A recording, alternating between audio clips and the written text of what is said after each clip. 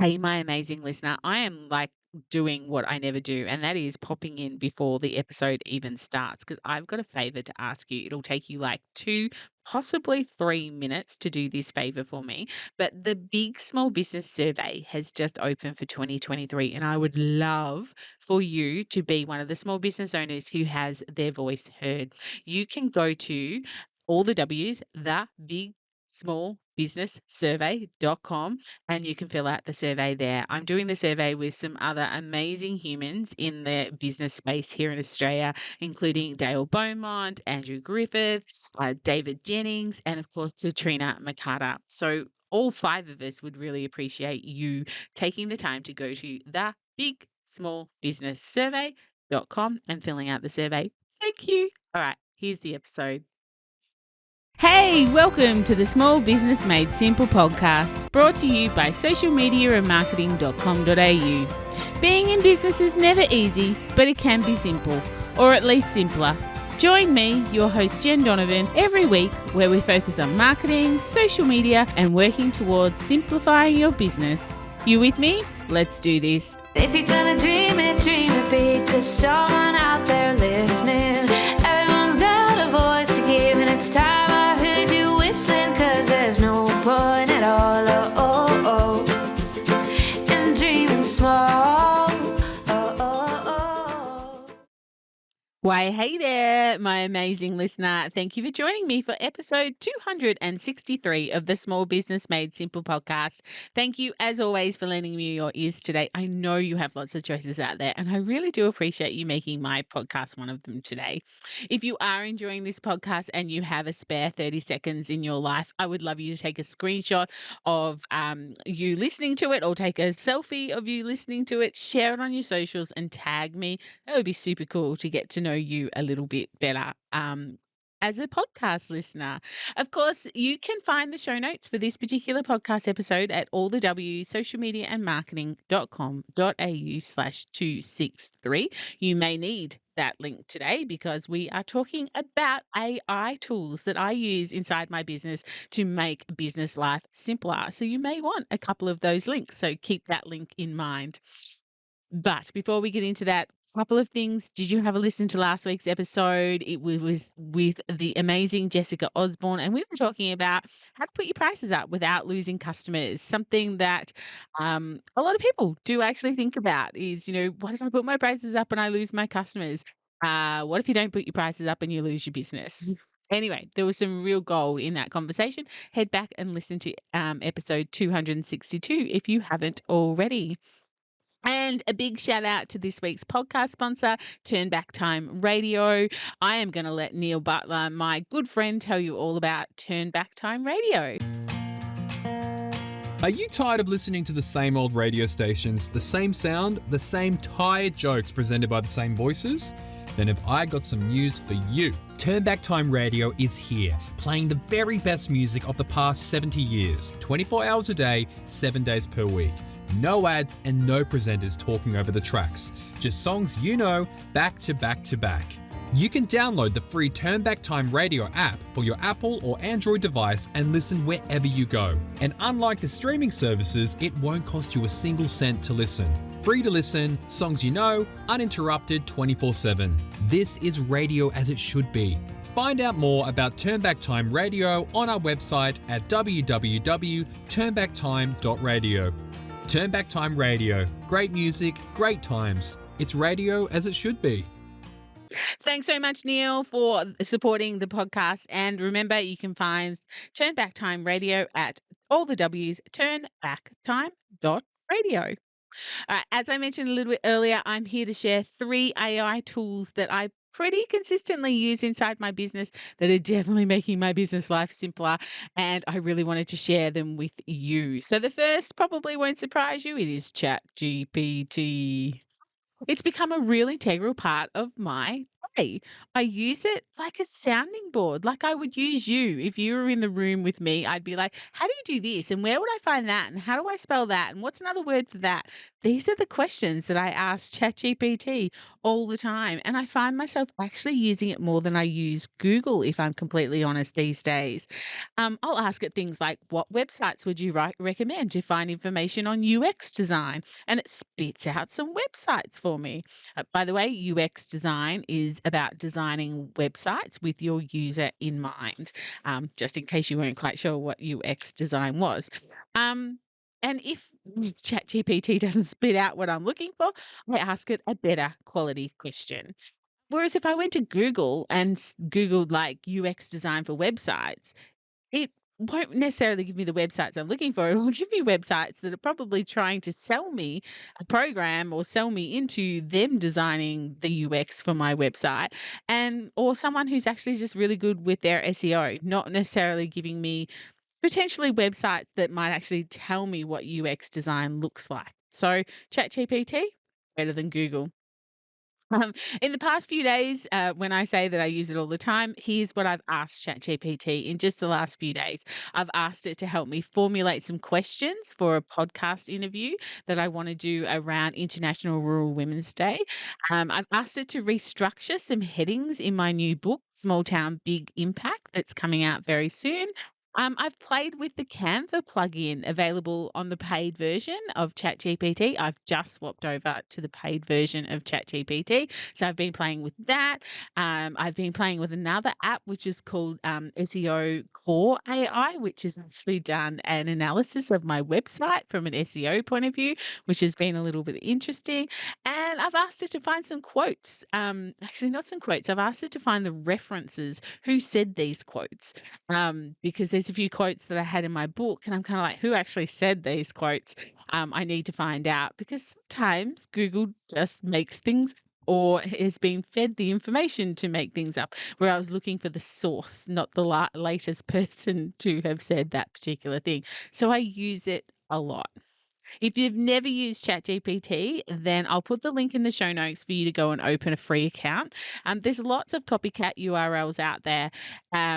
So I'll actually put the one in my show notes, the real ChatGPT. So if you want to find that, of course, it is just chat.openai.com. That's the real one, but also the link's in the show notes. I've just asked ChatGPT to recommend some websites or some guides on how to use itself if you were a beginner. And it gave me a big list of things to go and do and read. So perhaps if you haven't signed up for ChatGPT or you're still not quite sure how to use it to the best of your ability, maybe that's your first job. When you've listened to this podcast, go and ask it how it would recommend you learn how to use that particular thing. Of course, you can go and follow amazing humans like my friend Tracy Sheehan from The Digital Guide. She's writing a book called AI and You. So she's a bit of an AI expert. The book will be out next year. So you could follow someone like her on the socials. Just type in The Digital Guide, you will find her. Or you can head to YouTube and watch some videos. Or, of course, you could use the hashtag ChatGPT on Instagram and LinkedIn and find some people that are using and showing and sharing tips under particular hashtag. So there's lots of different ways you can find how to use ChatGPT. But like I said, it's got huge capabilities and I've only just scratched the surface. But as much as I love ChatGPT, there are some limitations on ChatGPT. There's actually lots, but here's a few that play on my mind as far as limitations go.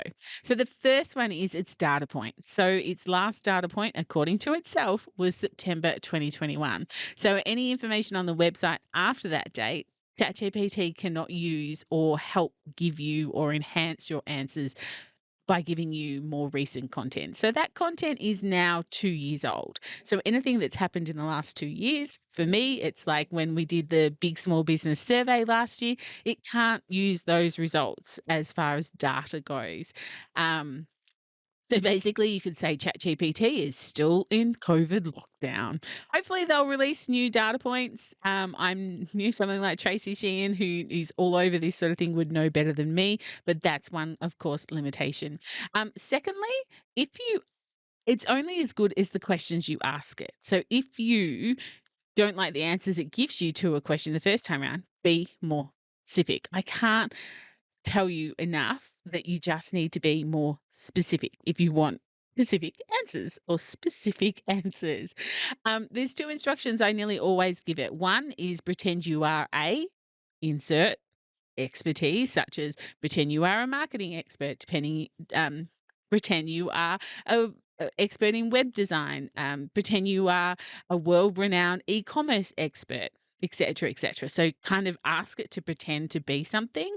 And I always ask it to use friendly language. So give the answers in a friendly language because I don't want a professional language. Sometimes I ask it to give answers based around Australian language, but I find sometimes it says, "G'day, mate," and all that sort of crap. And really, that's not how I speak. In fact, I don't think that's how many Australians speak. So it's got a little bit to learn. So be as specific as you possibly can be to get the answers you would like or that you are happy with. The third limitations is it's only as good as the data it has to read, which does make me wonder, will this learning machine get dumber or smarter with more people using it? If people put in dumb data, will it get dumber? Kind of some of those things that plays on my mind. I assume that it won't because it's also using data of the whole internet up to September 21. So that's an interesting thought. Is a machine going to get smarter or dumber because of the data we actually put out there? Don't know. I'll tell you in 10 years, perhaps. Fourthly and lastly, um, be careful how you use what it spits out. Now, admittedly, if 10 people ask it the exact same question, it is going to give a different version of the same answer because it is an AI learning machine and it doesn't have a mind of its own. And therefore, everything that it spits out is the content that someone else has essentially given it. Um, on my retreat earlier this year, 10 people in the room, 10 people asked the same question, got 10 different answers. So it's not like it will give the same answer to everybody, but just be really wary of copying and pasting and calling it yours because it's a machine learning. It only learns what people put into it or what's on the internet, and all of that is made up of other humans. So it's potentially got some copyright issues, but not at the moment. But just yeah, I just don't want you to go in there, ask it to to do 10 social media posts for yourself and you cut and paste those 10 social media posts and you call your social media done. You need to humanize it. You need to Jenny it or Paul it or Sam it, depending on, you need to put some personality towards it that is yours. Interesting though, before I leave ChatGPT, I was talking to my book coach, Andrew Griffith, not so long ago, a few weeks ago, and he made the reference that there will come a time when authors need to acknowledge in their books, maybe on the front covers, maybe on the back covers, maybe inside the book, how much of the book was actually written by AI as opposed to how much was written by the actual author. In this way, of course, we can ensure that we're reading the content from an author, not a machine, if that's what we thought we were paying for, because we don't want to pay for a book that we think has been written by an author, but turns out it was actually written by a computer. So that's a really interesting I guess, progress in book writing and all sorts of other things that we will have to acknowledge how much of the book has been written by AI. And for those playing along at home, my new book, Small Town, Big Impact, the chapter about AI was written by AI, and that was done on purpose, of course. But other than that, not much of that book is written by AI. A couple of little prompts, but no actual text writing other than that one chapter.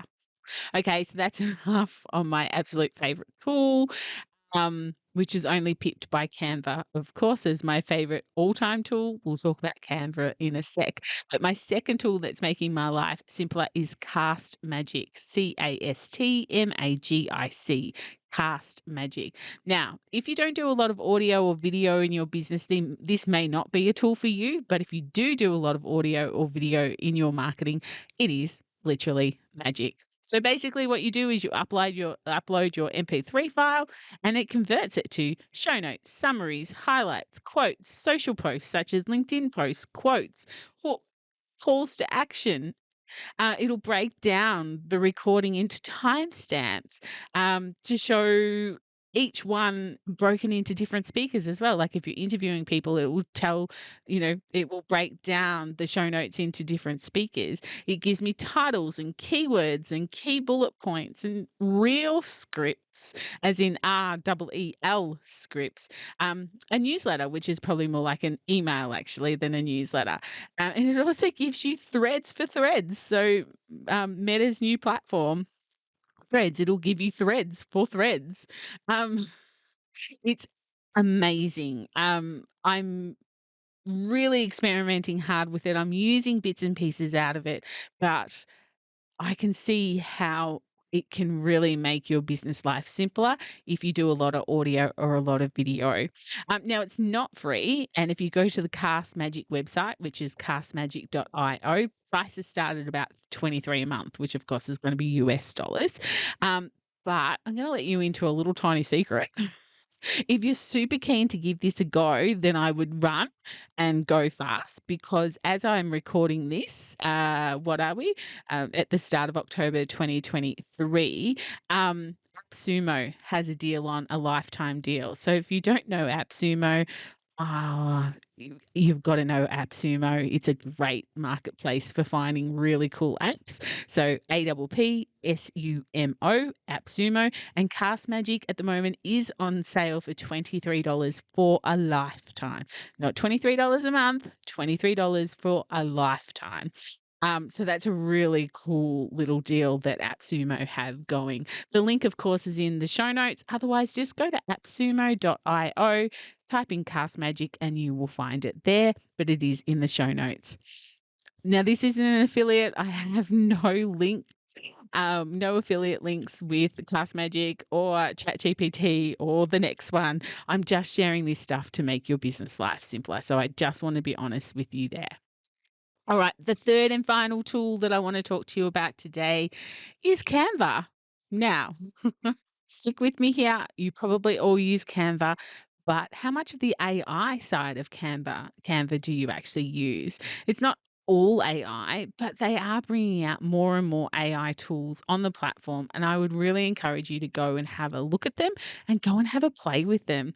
And in fact, if you are listening to this podcast at the start of October when it's released in 2023, Canva have just had a huge launch overnight and added a whole load of new tools. I don't know what the tools are, but I'm guessing they are all AI tools for us to play with. So go and check them out. If you just go to your Canva anytime after, what is it, Thursday, the 5th of October, they're probably right there on the very first page. It's called Canva Magic, so you should be able to see it there. Go section out like an hour or two of your diary, maybe over the weekend, and have a play with every single one of them. But I want to talk to you about a couple of AI tools. How many is there? I don't even know how many there is. 8 potentially that are on Canva already because Canva Magic is until tomorrow. I don't know what's coming.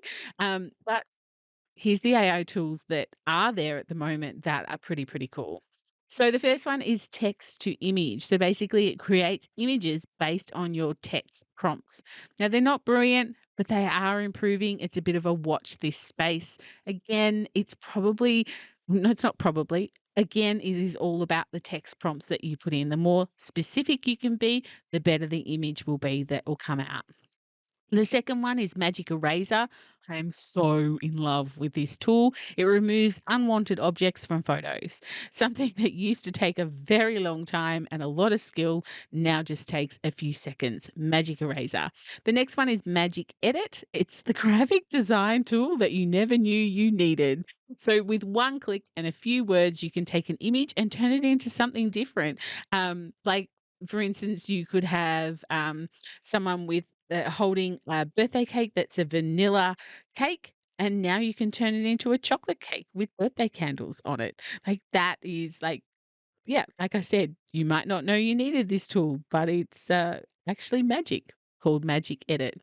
And the next one is Magic Write. So it is basically an AI text generator, making it easier to generate short and long form written content for your social media posts, blog articles, or presentations. So that one was Magic Write, um, as in write with a pen.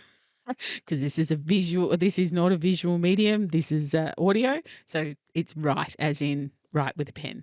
The next one is Magic Design. So this is a pretty cool one that I've only experimented with a little bit. But basically, what you need to do is, you know how when you're trying to match templates and you're like, I like that template, and then you need to go and change them all into the right colors and things like that. What you actually do is you upload a photo or enter a text query that describes what you need, and Magic Design will generate relevant design templates to match. So basically, no more building them from scratch. It's a little bit like text to image, not brilliant, but always improving. So if you tried something like Magic Design a little while ago and it didn't quite give you what you wanted, go back and try it again, because these AI tools are always improving. Um, Presentation. So instant presentations is a Magic Design feature that allows you to generate entire presentations with a single text prompt. Now, it won't generate the whole presentation. It has limitations, obviously, but it will give you a pretty awesome first draft. So that was instant presentations. Beat sync. I just think of the amount of time these things used to take people that are now so simple. So, beat sync is basically, here's the problem. Okay, you've got a video and syncing the beat is a tedious process. Just ask any 15-year-old who's tried to do this for you before. So, what it involves is manually tweaking the timing of multiple audio and video clips over and over again. That's how you used to have to do it. But now BeatSync uses AI to take the pain out of this process while producing a professionally polished end product. With this feature, even amateurs like me can kind of harmonize their videos in seconds. So get that timing, that beat timing going, which, of course, if you are big in Instagram reels and things like that, catching someone's attention really quickly with the beat, of course, we need micro interactions and we need people to stop taking away the fact that your beat's not synced with your video. Here it is. Here's your problem. Here's your solution, actually, to the problem. The last one I wanted to talk about with Canva is Translate. So, Canva Translate can basically translate your content into multiple languages, actually 134 different languages to be exact. So, you might not want to do it just yet, but your business could go global quite quickly by translating your information in Canva with Canva Translate. Hey, that's it. They were my 3 tools, and if you want to know about those Canva tools, just before I move on, Canva has a help desk that has lots of videos that you can go and watch, or go to YouTube. Someone fabulous over there has some tutorials for you. Just, use good commandments. Oh, not commandments, use good prompts to find good videos. But there you have it. They are my 3 AI tools that I constantly use in my business that are helping me make my business life simpler. Do you have one? Do you have like a tool that you use all the time that you would love to share with me and my community? I would love for you to do that. So you can email me, jen@jendonovan.com.au. You can send me a DM, or of course you can head to the Like Minded Business Owners Facebook group and share it with everybody over there. Make sure you tag me though, because I need to see it. I need to see what AI tool you are using to make your business life simpler.